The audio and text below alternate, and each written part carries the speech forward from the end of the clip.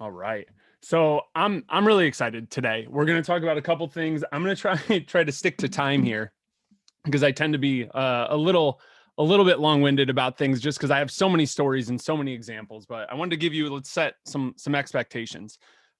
First thing we're going to definitely talk about is what I consider to be the number one Google ranking factor that nobody talks about. And when I say nobody, I really don't hear anybody talking about this. We're going to talk about why nobody talks about this and then why the people who do know about this never talk about it. And if we have time, we'll talk about building your authority on autopilot.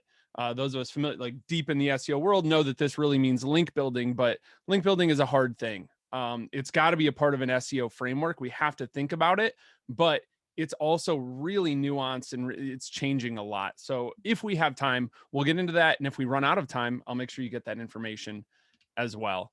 If you don't know me, the intro was amazing. Thanks again, Alex. I'm the creator of SEO for the rest of us. There's a bunch of really cool logos that should hopefully look impressive. I've also led the SEO team at 2 different agencies, worked with a lot of big enterprise companies, B2B SaaS brands.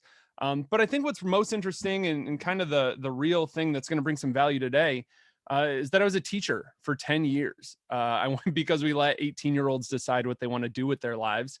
I went to college for teaching and I did that for 10 years. So I'm obsessed with making sure that everything today is actionable and helpful for everybody here.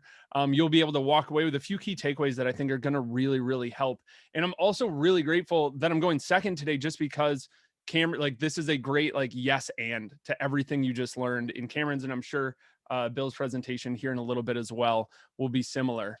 I want to give you the 20% of what I do that gets you 80% of the results. So my goal today is not to get you to be drinking from a fire hose, right? Where it's just so much information and you're like, that was really cool, Brendan, but I don't know what to do with this. Again, the goal is that you walk away with something you can actually do. So first I want to talk about why SEO. And you're like, Brendan, I already know why SEO, but I'm not giving the why SEO for you.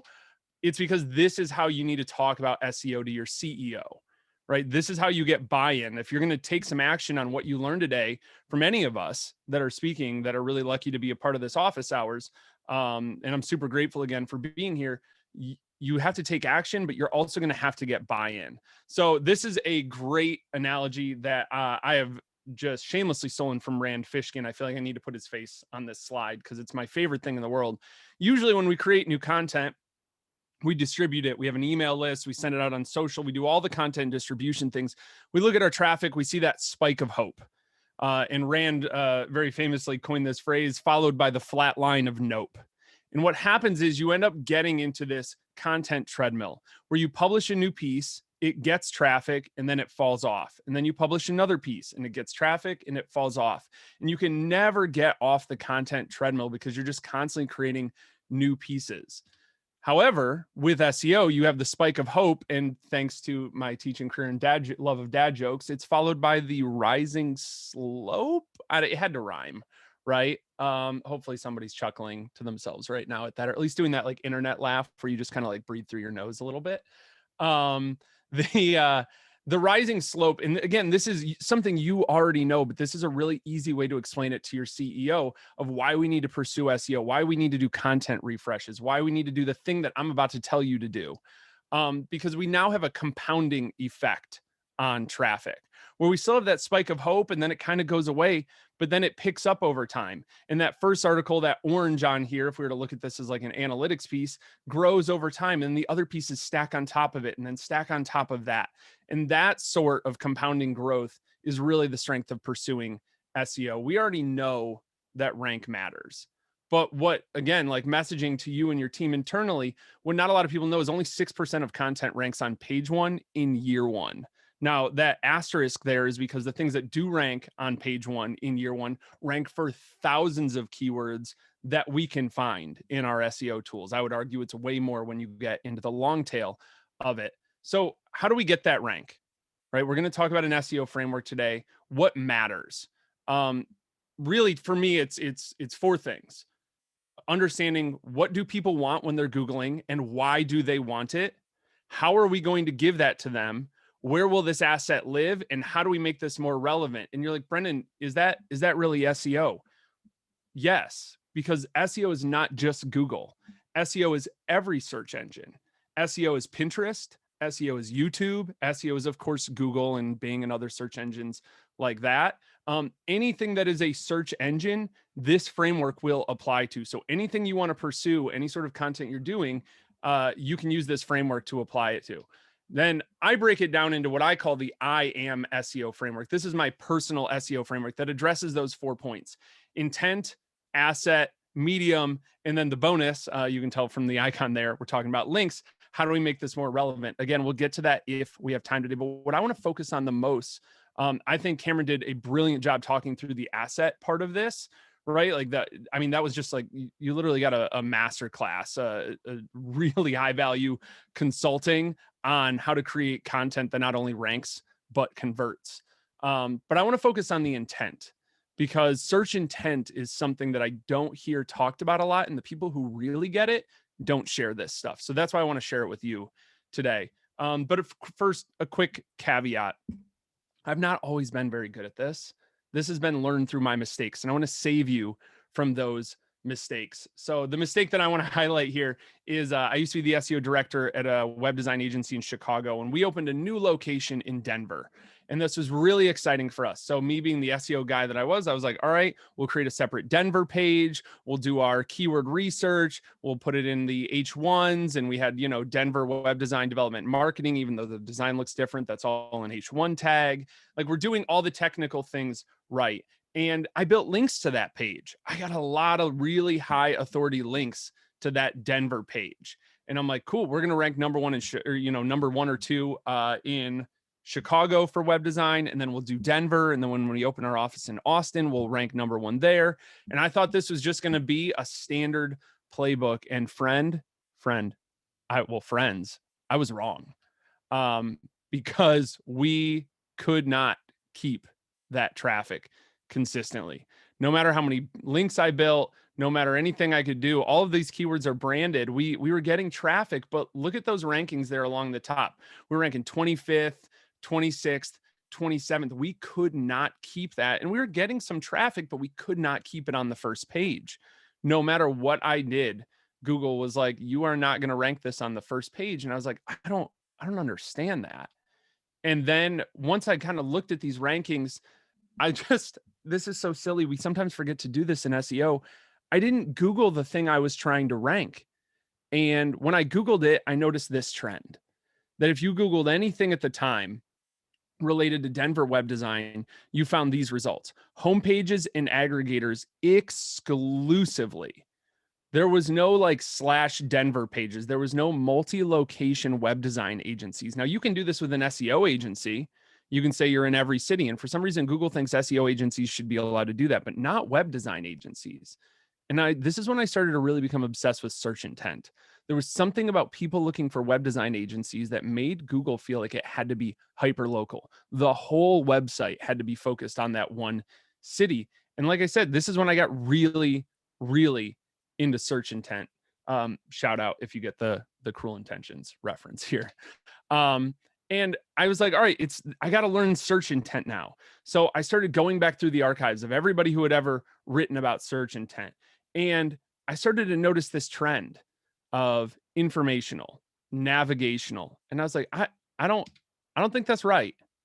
Because when I looked other places, here's Sujan Patel, super brilliant entrepreneur and marketer. Same thing, transactional, informational, navigational. No, that's not it. Oh, here's Yoast, informational, navigational. Wait, are we all just, where did this come from? My friends, I had to dive into the Wayback Machine to find this post. What I found was that Rand Fishkin created this in 2007. This is a 14-year-old framework that we're still using to talk about search intent. And this is why I mentioned earlier that nobody's talking about this, because everybody goes, oh, search intent is informational, navigational, etc. The problem is that doesn't tell you what to put on the page. You have absolutely no idea what to put on that page. You're like, all right, so it's an informational search. It looks like people want information, so I'm going to give them information. That's it? Just give them information? That's the end?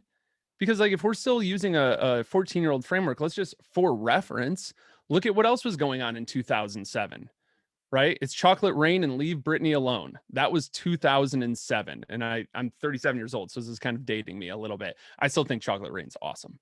But this is a very old framework. And it leaves you asking this question: what do I write? What do I put in here? What am I supposed to put on this page if it's an informational search, just any sort of information? Like, we know that's not true, right? So I want to give you one more example. I got to make this like super clear that I got it wrong a couple times. And I thought I had it. I thought I'd cracked it. I thought, all right, I have a framework. I get this now. Same thing. And I'll go through this quickly. We created this epic post. I followed all the best practices. You Google SEO best practices, or you watch videos and you think this is what you're supposed to do. All right, we wanted to get an article about digital marketing skills. So we called it Digital Marketing Fluency. We retitled it later as Digital Marketing Skills. 6,000 words. It's pillar content. I got all these authority links. Again, look at that Ahrefs graph. We could not crack the first page with this. We couldn't. And I was like, what's going on? And I Googled it again. I learned my lesson. I'm going to Google it. And I was like, people want listicles. Look at these search results. Ugh. Like, this is the worst. Look at 15 essential skills, 7 essential skills, 10 skills, 16 skills, 20 essential skills. Like, we've really locked into that word essential, right? 9, 10, 10, 5. This is the actual search results, especially at the time that I was writing this. And I was like, oh, people want listicles. We shouldn't have made this a long thing. We want listicles. And then I thought to myself, does anybody really want a listicle ever? Does anybody want that? I don't think so. I don't want that. And these search results look terrible. There's a great article on the Animals blog about copycat content. And I've written like a yes and article to that in the past, of like, just looking at what's ranking and copycatting it is not the way to go, because people don't really want that. So, I was wondering, like, what do these people want when they're Googling it? What do they want? And I looked at the autocompletes, and this blew my mind. Why are they Googling digital marketing skills? They're looking to add it to their resume. They're looking to learn it. They want something current, because I was writing this in 2019, right? They wanted these things to change their lives. They're trying to learn digital marketing skills to change their lives, to change their career, to change their ability to provide for their family. And my brain exploded, because I had personally gone through this journey. I already explained that. I was a teacher for 10 years. I changed my whole life by learning digital marketing.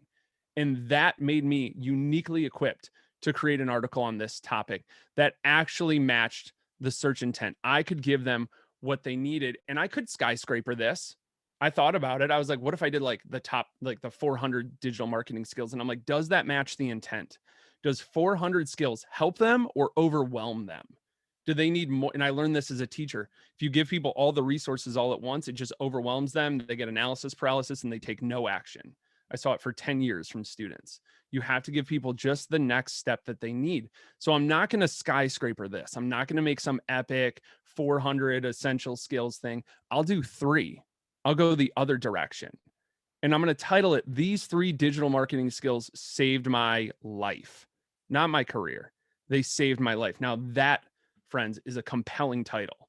And yeah, that took a lot of work to think about it, right? I had to do a lot of digging. I had to do some really like copywriting-esque research to think about that. But this uniquely matches the intent. The people are trying to change their lives with digital marketing skills. This matches the intent. This will get clicked the most. This will stay at the top of page 1. This is the kind of thing that we need to do if we want to be competitive in search. And I'm convinced that this matters more. Matching the search intent matters more than really any other ranking factor. So where did I learn this? I always joke, again, with my copywriting friends, that they're not the only ones cursed with knowledge. My buddy Joel Kletke, I think a while back, recommended that I buy this book by Eugene Schwartz called Breakthrough Advertising. And don't worry, it's not $411. It's only $125 if you want to buy it. I literally have it sitting on the shelf right behind me here. And it's funny, people won't pay $125 for a book, but will pay like $600 for a course. This is absolutely the best course you would ever get when it comes to copywriting, when it comes to understanding psychology with regards to marketing and advertising. So I highly suggest you buy it. But if you don't want to buy it, I'll give you the most important part of it right now. This is my framework for understanding search intent. So we went into the I am SEO framework. We're narrowing down now just into the intent piece. So here's how this works. We talk a lot about top of funnel, middle funnel, bottom of funnel. I think those are helpful, but I want to give you the tools of like, what do I put on the page? And it was really cool because as I was listening to Cameron's talk, she also echoed a lot of these pieces of don't send people straight to a demo from every blog post. They are not ready for a demo. They are not ready for a free trial. So the first things that people Google, first of all, the first stage is actually unaware. They have no idea that a problem exists, but at the unaware stage, they're not Googling anything to solve their problem because they don't know where it exists. So we can't really address unaware, right? Unaware is like a billboard campaign trying to ask that, like, say, like, hey, do you have this problem in your life? And you're like, oh yeah, I had never thought about that before. Yes, I do. Right? Like you see a billboard for like restless leg syndrome and you're like, I don't even know what that is, but it maybe. And then you start thinking about it. You're like, I do have that problem. So at the problem aware stage, people are Googling, they know the problems and pains they have. They're Googling those problems and pains. They're Googling back pain. They're Googling employee churn. They're Googling, reduced MRR, whatever. They know a problem or pain point they have. All they need to know is a solution like yours exists. Now, this is the problem at that, and this was what we would consistently call top of funnel. We try to get them to book a demo. We try to get them to book a call. They're not ready. All you need to do in these articles, you can do more. You can talk about your product if you want, but the key thing to get them to opt in, buy in, whatever we want to call it, is empathize with them. Understand their pain, put words to their pain that they haven't been able to. I have bought so many products, digital products, physical products, etc., because I've been feeling something and I didn't have words for it. And then they gave me those words and I'm like, you get my pain. You're uniquely qualified to solve this pain. Right. So at the problem aware level, if somebody's just Googling a problem, and I'll give you some examples of this here in a second, of course. But if they're Googling their problem, all we have to do is show that we get their pain, right? And we have to match the other parts of the search intent of like, do we see ultimate guides ranking? Do we see these, like there's other pieces. And I think Cameron covered that extremely well. But next stage down, you can just send them. You don't have to give them a demo at that problem aware page. You don't have to get them to hop on a sales call or something. We can just send them to the next article, right? Send them to a solution aware article, because at this point, these people know solutions like yours exist. They're Googling things that show they're Googling a type of software. They're Googling a type of solution. They're just kind of looking for what those solutions do. What they need to know is how your solution solves their pain. So that's when we can get into some really good, what I would call like product-led content. In the SEO world, if you want somebody to model this after, Ahrefs does it beautifully. They don't have the most beautiful designs. I'm not trying to knock them. I use their software every single day, but it's not like the most beautifully designed software. And because that's the biggest pushback I hear from software companies is like, our software isn't like really pretty or anything. Who cares? Show the software. Right? We have to embed in our content, treat your content almost like the pre-demo demo, and put your pictures of your software showing how your software solves their pain. Give them a guide. They don't need your software to do it. They can do it without, but also just keep showing how your software makes this easy, right? So to sell them, we just have to show them how our solution works. We don't have to convince them that it's the best solution for them. We just have to show how it works. Then at the product aware, this is people Googling and searching for a specific product. They know how our solution can solve their pain. Now they need to know whether it's the best one for them. That's such a key point. If your solution is the best for them, for their specific use case. And that's where we dig into other things like talking to your sales team, talking to your success team, talking to your support teams, finding out those things that are coming up. And this is a key phrase that you should write down that I don't have in the slides here. Asking them what has come up unprompted, meaning not in a response to your question, but what has been brought up unprompted 3 or more times. Make that article. I don't care what the tools tell you, whether it says there's search volume there or not, write that article. I guarantee if it's coming up unprompted on sales, support, or success calls, people are Googling it. And at this point, we can really lean in. We can say like, here, we're your best option. We can show them buying guides, comparison pages, all sorts of things. Like, let's really lean in and sell hard in that content. And then down at most aware, this is when somebody already knows your solution's the best for them. They're just they just need to know the deal. Like, how much does this cost? I was looking at some chart creation software the other day, like literally just for making visual graphics. And they're like, hop on a call with our sales team. And I'm like, for this software, this should be self-service, right? Sometimes we hide the deal for no reason, and we really don't need to. So making that deal public. The other reason that, and I advise especially software companies to do this, have a pricing page. Even if your pricing is not public, have a pricing page, because people are Googling your pricing. And do you want that traffic to go to Capterra or G2, or do you want it to go to your website? I want it to come to my website, right? So I would make sure that we show them the deal. We have those pages up and running. Let's talk about this real quick. The ultimate goal of this is my favorite scene in this film. The goal of this is to make it feel like we've incepted them, right? We want it to feel like Inception.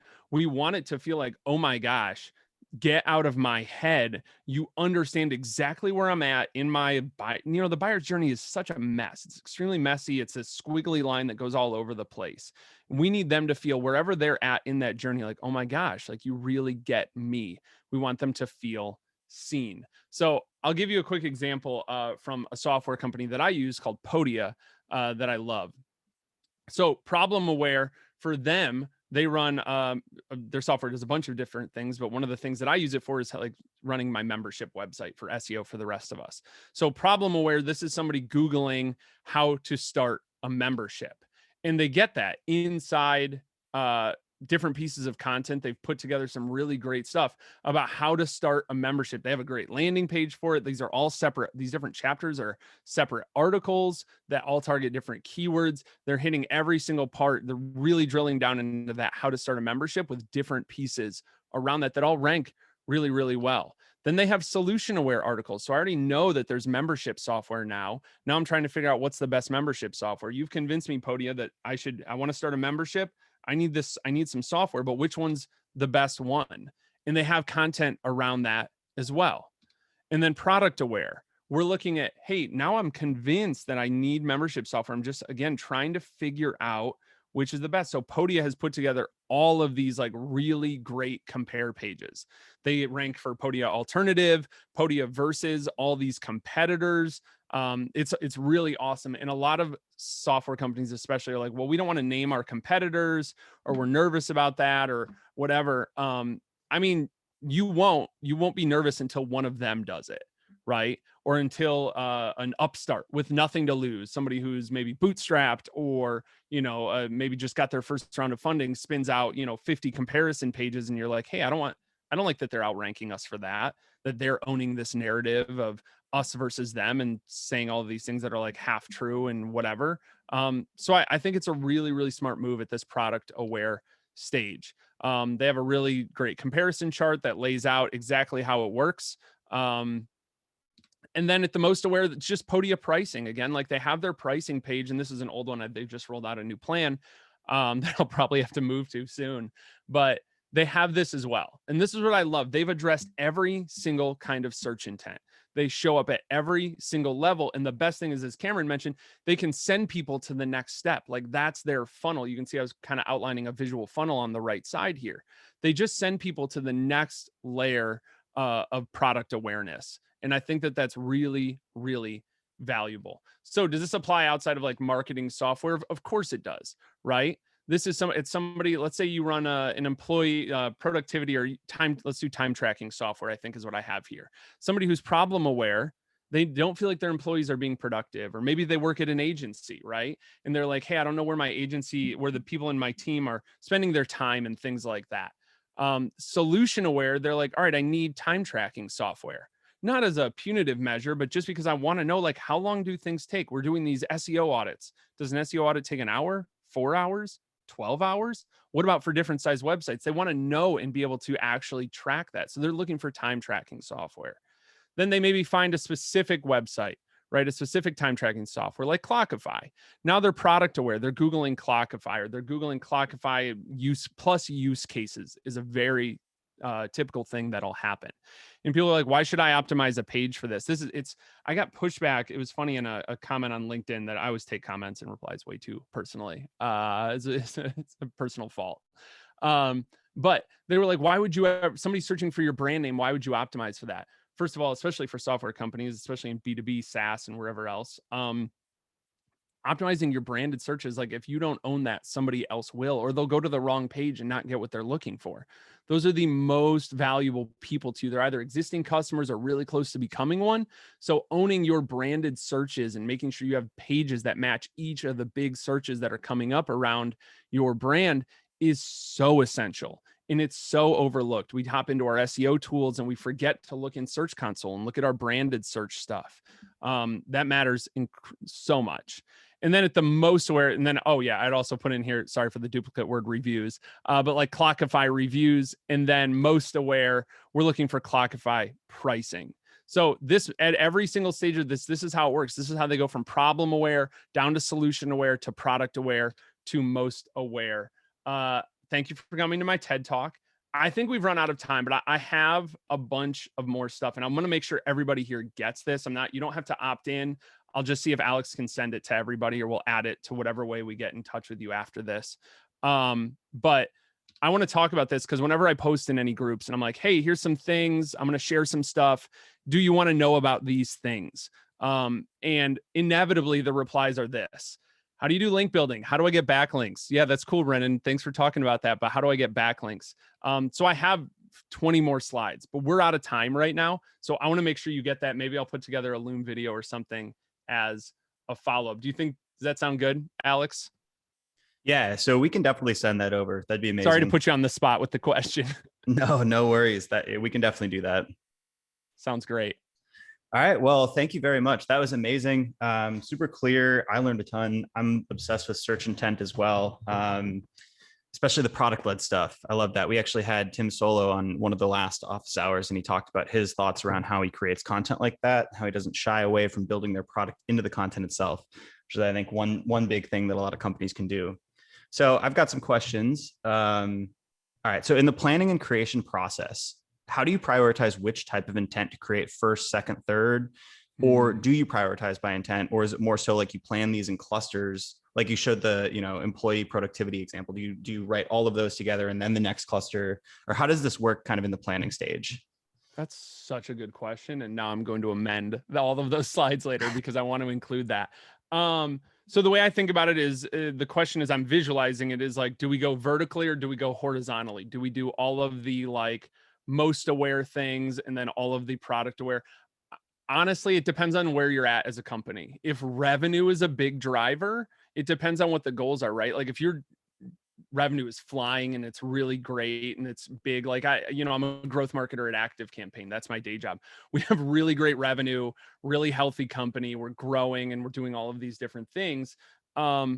Me creating a ton of bottom of funnel stuff could be really valuable, but isn't going to move the needle because the revenue is already so big, right? The ARR is I don't want to misquote it, but it's, like $150 million a year or something. And like my little articles are not going to make that big of an impact. However, if I was a smaller, maybe earlier stage company or lower revenue or anything like that, I would absolutely move like horizontally and do all of the branded stuff first, and then move into the like, most aware and then the like product aware, and I would go bottom up. However, the stage that Active Campaign is at, it makes sense to go top down. We want to pursue big traffic goals, so we're pursuing those more like problem aware searches first. Yeah, but the stage is definitely so important. Sorry to interrupt there. No, you're right. Say the small company thing, like we often advise these bottom funnel keywords because they're going to get more of a payback period, and then that allows them more kind of like ROI and like ROAS, so to speak, to invest in that top funnel stuff. Yeah, and to answer, there was an earlier question as well around like how do we treat content as a performance marketing channel? It's this, right? By focusing on where the money is closest. Absolutely. Do you find ever that search intent changes over time, evolves over time? And if so, how do you A, identify that, and B, update and optimize for that progressively over time? Yeah, search intent changes a lot for two reasons. Number one, humans change and they're looking for different things. During the pandemic, we saw search intent change around a lot of different searches, especially in software because use cases changed. What mattered to people the most changed. We leveraged for a lot of like clients I was working with at the time at the agency I used to work at. We leveraged their chatbots just to find out what people needed and what mattered most to them, what was closest to the money at that point. And then the second reason that search changes is because Google is kind of terrible to us sometimes. Like they're not a really, I don't want to bash them too much, but like they're not a good company. They do a lot of really unethical things. And I think sometimes it's worth like waking up and choosing violence and going after them and not feeling bad about manipulating the algorithm for the good of people. So yeah, it changes quite a bit. I think whenever you're a great time to look at that search intent, that's why I said like this is a great yes and to Cameron's presentation. Just slot this into your content refresh. Hey, let's like re-Google this. I haven't Googled that phrase in a year. What do the search results look like? Have they changed? And then just look at those and be like, all right, it looks like the intent has kind of changed. Like we thought it was this at the time. Now it's this, not just in the form of what content we see ranking. But a lot of times we'll see, Alex, like a bunch of ultimate guides are ranking. And that's not because people actually want ultimate guides. That's because Google doesn't have anything that matches the actual intent of that search. So you could create a 1,200,000 word article that really thoroughly covers the actual intent and it'll jump all of the guides, even with less backlinks and everything else. So yeah, intent changes quite a bit, but it's not something that I would obsess over. I do it once and then whatever my refresh cadence is, then I'll look at it again. Nice. Are there tools that can help you identify search intent in more of a data-driven way, or is it pretty manual? And then also on the flip side, when you're creating content to match that search intent, are there tools that help you optimize that either on page or title? So kind of both sides, like identifying the search intent and then optimizing for it. Yeah. So I promise I'm not just saying this to be nice. Um, I take a very like copywriting. If I didn't dislike the word SEO copywriting so much, I'm kind of wishy-washy on it, but like that's really what I do is SEO copywriting. Like I'm obsessed with like digging into the psychology. Like all these books behind me, most of them are about like human psychology and different things like that. One of the things when I taught for 10 years, I taught psychology to high schoolers. It was amazing and I loved it. But that I like digging into those search results. I like looking at the auto completes. I do a very manual process, and that's hard when you're doing something at scale, right? Like when you have 20,000 blog posts or something, really difficult to do at scale. There are some tools that claim to do search intent. I just don't see any that do it like this because there's just no, they might be able to pull that data so you can look at it in a Google sheet really quickly and be like, all right, here's the auto completes. Here's what we see ranking. Here's the titles of all the ranking pages. So it would just make analysis quicker. So you don't have to Google it yourself. But I Google so many things that I get that Google, like, are you a robot thing sometimes because they think they're like, there's no way a human's Googling this many things. So yeah, I think that happens. And then on top of that, so I do that manual layer first, which is a little slower, but I think more effective. And then, like I said, I'm not just saying this to be nice. I use Phrase to fill in any gaps. It's my favorite tool for this type of thing. We don't even pay, like I pay for it personally, just for my own consulting and site. Like I have some affiliate sites. And then I also, for my work at Active Campaign, like I just have it for myself because I love it. And that's not just because I love Bill, who's about to speak here in a second. So I would highly recommend Phrase to really help fill in those gaps. It makes it really quick to, instead of me having to sit down and read all of the ranking articles, I can look at things really quickly. They have a really cool heat map feature that they just rolled out that I'm in love with. That's great for like team buy-in and executive buy-in and content briefs. I screenshot that and pull it in. There's a couple different things that I love in there that really help. Well, that's an insanely convenient segue for the next talk. Just So thank you so much, Brendan. This was amazing. Yeah, highly valuable content here. And I think people are going to take tons of takeaways from this. So thank you. Thanks so much, Alex.